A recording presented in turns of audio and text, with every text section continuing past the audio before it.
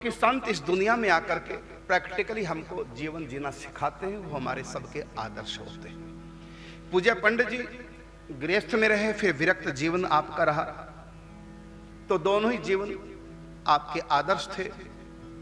गृहस्थों को घर में कैसे रहना है, कैसे समाज में रह करके भक्ति करना, अपराधों से बचना, सबके प्रति सद्भाव कायम रखते हुए ईर्ष्या द्वेष निंदा चुगली मान अपमान से ऊपर उठ करके किस प्रकार अपने प्रिय प्रीतम को लाड़ लड़ाना है, कैसे उनकी भक्ति को अपने जीवन में उतारना है और अपने कर्तव्यों का पालन करते हुए गृहस्थ के समस्त बंधनों को स्वीकार करके किस प्रकार से हमको इनका होना है, ये पंडित जी ने सिखाया गृहस्थ जीवन में।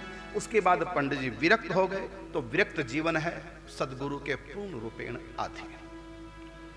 घर में तो फिर भी व्यक्ति अपने परिवार से, माता पिता से, मित्रों से सलाह लेता है, लेकिन जब संत बन गए, विरक्त हो गए, अब कोई हमारा सलाहकार नहीं रहा जिससे हम पूछे, यहां तक कि हम अपने मन से भी कुछ नहीं करेंगे। यही है पूर्ण गुरु की शरणागति, आत्मसमर्पण, आत्मनिवेदन, जिसमें साधक गुरु के मन वाला हो जाता है। गुरु का मन, शास्त्र का मन, भगवान का मन, तीनों का एक ही अर्थ। मन मना भव मद भक्तो मध्य जिमा नमस्कार। घर में तो फिर भी माता पिता से व्यक्ति पूछ के काम करता है, परिवार से, मित्रों से, रिश्तेदारों से, सलाहकारों से, अपने नजदीकियों से पूछ लेता है ये कैसे करना, कब करना, ये सब, क्योंकि इसमें लौकिक बातें भी होती हैं। लौकिक बात गुरुओं से पूछ के करने की आवश्यकता नहीं। जैसे बच्चों का विवाह करना, मकान बनाना, या आपके अपने घर गृहस्थी काम है, इनमें गुरुओं को, संतों को मत घसीटो, अपने ढंग से किया गया। लेकिन जब विरक्त हो गए, संत हो गए पूज्य पंडित जी, अब तो हर बात, क्योंकि लौकिक बात तो रही नहीं, अब तो जीवन अलौकिक हो गया, अब तो सब कुछ गुरु से पूछ कर ही करना। हाँ, गृहस्थ में रहकर जो आप अलौकिक कार्य करते हैं उनको गुरु से अवश्य स्टांप लगवानी चाहिए, उनकी आज्ञा के बिना कुछ नहीं।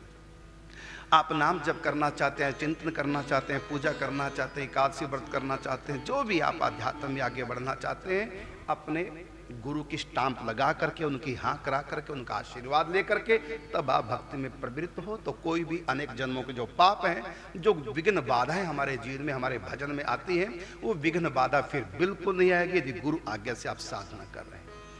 और गुरु आज्ञा से छोटी से छोटी साधना भी करें, वो भी पावरफुल हो जाती है, और अपनी मर्जी से ऊंची साधना भी करें, तब भी व्यक्ति को अंत में गिरना पड़ता है। तो गुरु कृपा के संपुट के बिना ये रास्ता हाथ लगने वाला नहीं।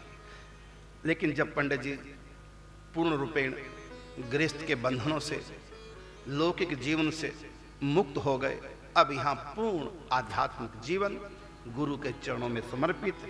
इसलिए पंडित जी बिना गुरु आज्ञा के कुछ भी नहीं करते। ब्रजवास लिया गुरु आज्ञा से, परिक्रमा की गुरु आज्ञा से, और जब भेष लिया तो पूछा मेरे लिए क्या आज्ञा। पंडित जी ने जो जो बातें बताई पूरी अपनी डायरी में नोट कर ली, हर रोज उनको पढ़ते, उसके अनुसार अपना जीवन बनाते, और उसका फल हुआ प्रेम प्राप्ति। इससे पहले 2 बार बालकृष्ण के दर्शन अवश्य हुए थे, लेकिन प्रेम प्राप्त नहीं हुआ था।